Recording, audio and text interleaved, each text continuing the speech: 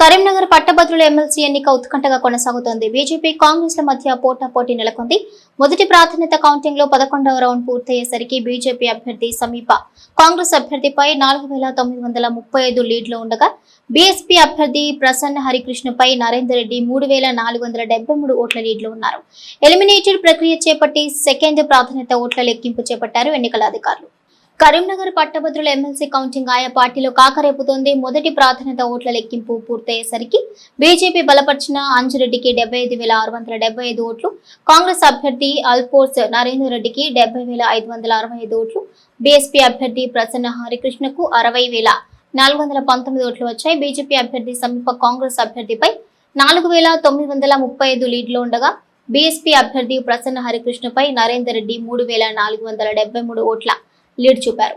ఈ నియోజకవర్గంలోని మొత్తం బ్యాలెట్ పేపర్లు 2,52,029 ఓట్లు కాగా ఇందులో చెల్లించిన ఓట్లు 2,23,343 ఓట్లు.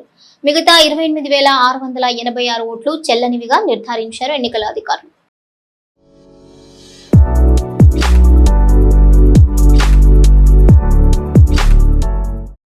మొదటి ప్రాధాన్యత ఓట్ల లెక్కింపు పూర్తయ్యాక విజేతలు తేలకపోవడంతో కోటా నిర్ణయించారు. పోటీలో ఉన్న అభ్యర్థులు 1,11,672 ఓట్ల కంటే ఎక్కువగా వచ్చిన అభ్యర్థితే గెలుపు ఉంటుంది. దీంతో 2, 3 ప్రాధాన్యత ఓట్ల లెక్కింపుపై సర్వత్రా ఉత్కంఠ నెలకొంది.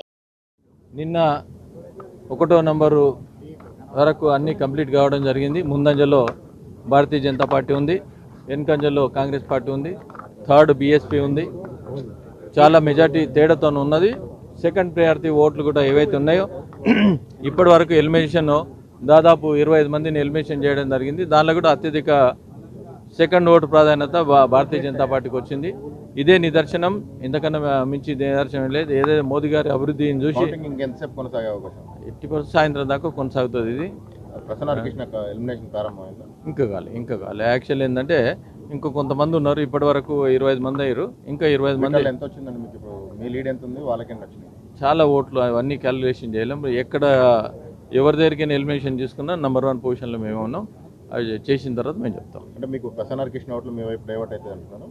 అది చూసినాక చెప్తాం డైవర్ట్ అయితే. ఎందుకంటే మోదీ గారిని చూసి చాలామంది ఆయనకు ఫస్ట్ చేసి మాకు కూడా సెకండ్ వేయడం జరిగింది. 100% మేము విన్నింగ్ ఛాన్స్. ఇక ఈ నేపథ్యంలో ఎలిమినేషన్ ప్రక్రియ చేపట్టారు రిటర్నింగ్ అధికారి పమేలా సత్పతే. మొత్తం 54 మంది అభ్యర్థుల్లో అత్యల్ప ఓట్లు సాధించిన అభ్యర్థిని ముందుగా ఎలిమినేట్ చేశారు. ఇలా దశల వారీగా అభ్యర్థులను ఎలిమినేట్ చేశారు. ఆరోహణ క్రమంలో ఈ ప్రక్రియ చేపట్టారు. ఈ రోజు ఉదయం 7 గంటలకు వరకు నార్మల్ రౌండ్ పూర్తయిపోయింది. అందులో భాగంగా మరి బీజేపీ కొంచెం లీడ్లో ఉంది. కాంగ్రెస్ అభ్యర్థి నేను 5,100 ఓట్ల తేడాతో వెనుకంజలో ఉన్నాను. మరి థర్డ్లో ఒక 10,000 నాకంటే 10,000 ఓట్ల వెనుకలో మరి బీఎస్పీ క్యాండిడేట్ ఉండడం జరిగింది. సో ఇప్పుడు ఫస్ట్ రౌండ్ అయిపోయేసరికి ఎవరికి కూడా 50% + 1 ఓటు రాలేదు. కాబట్టి ఇప్పుడు ఏమవుతుంది అంటే సెకండ్ ప్రియారిటీ ఓట్ల లెక్కింపు అనేది జరుగుతున్నది. ముందేంటంటే ఓట్లను అన్నింటినీ అవరోహణ క్రమం డిక్రీజింగ్ ఆర్డర్లో రాస్తూ కింది నుంచి ఎలిమినేషన్ ప్రక్రియ. ఇప్పటి వరకు సుమారుగా ఒక 25 మందిని ఎలిమినేట్ చేస్తూ వచ్చారు. బట్ అన్నీ తక్కువ ఓట్లు కాబట్టి పెద్ద అందులో వ్యత్యాసం అంటూ ఏం లేదు. అందరికీ 90 నుంచి 110 మధ్యలో అందరికీ ముగ్గురికి కూడా సమానంగా యాడ్ అయి ఉన్నాయి. సో ఇప్పుడు ఆల్మోస్ట్ ఆల్ 3వ అభ్యర్థి ఎలిమినేషన్ అనేది ఇట్స్ కంపల్సరీ అనేది మనకు పరిస్థితి కనబడుతున్నది. చివరికి 3వ అభ్యర్థి యొక్క సెకండ్ ప్రియారిటీ ఓట్లు ఏ రకంగా ఉన్నాయి దాని మీద ఫలితం ఉంటుందని భావిస్తున్నాను. ముఖ్యంగా నేనైతే థర్డ్ క్యాండిడేట్ యొక్క సెకండ్ ప్రియారిటీ ఓట్లు ముఖ్యంగా కాంగ్రెస్కి బాగా పడ్డాయని చెప్పేసి మరి మొన్న 2 రోజులు చూసిన మా ఏజెంట్లు అందరూ కూడా చెప్పినారు. కాబట్టి నేనైతే ఆశాభావంతో ఉన్నాను. ఖచ్చితంగా ఈరోజు మరి 8, 9 కల్లా కంప్లీట్ అయిపోతున్నాయి అన్ని రౌండ్స్.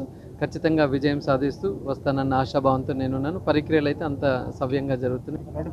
ఏం చేస్తున్నారు అంటే గతంలో అయితే సెకండ్ రౌండ్ అన్నీ అయిపోయిన తర్వాత అప్పటికి కూడా 50% + 1 రాలేకపోతే మళ్ళీ బాటం నుంచి థర్డ్ ప్రియారిటీ ఉండే.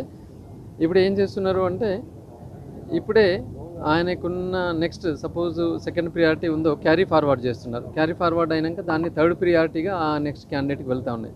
అది కొంచెం ఇక్కడున్న ఏజెంట్లకు కానీ దాన్ని కానీ కొంచెం ఈవెన్ ఆఫీసర్లకు కూడా కొంచెం ఇబ్బందికరంగానే బిగినింగ్లో ఉండే, కానీ అందరు అలవాటు అయిపోయారు ఇప్పుడు.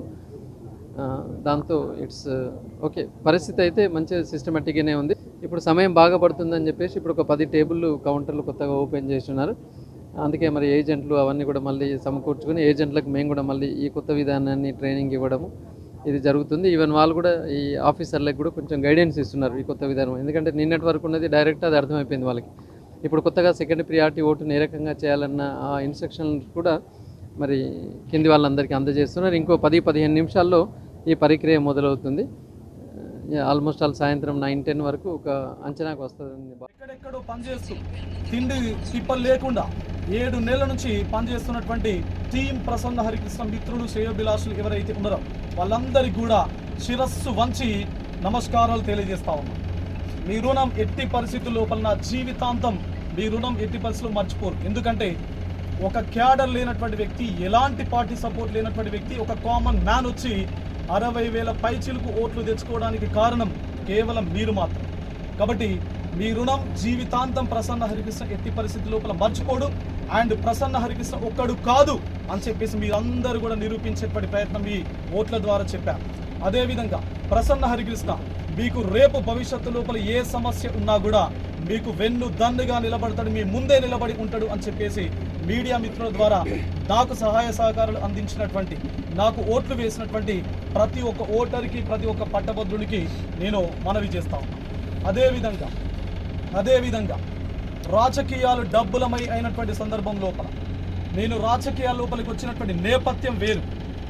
1 రూపాయి కూడా పంచకుండా, అంటే ఎలక్షన్స్ లోపల ఓటర్కు 1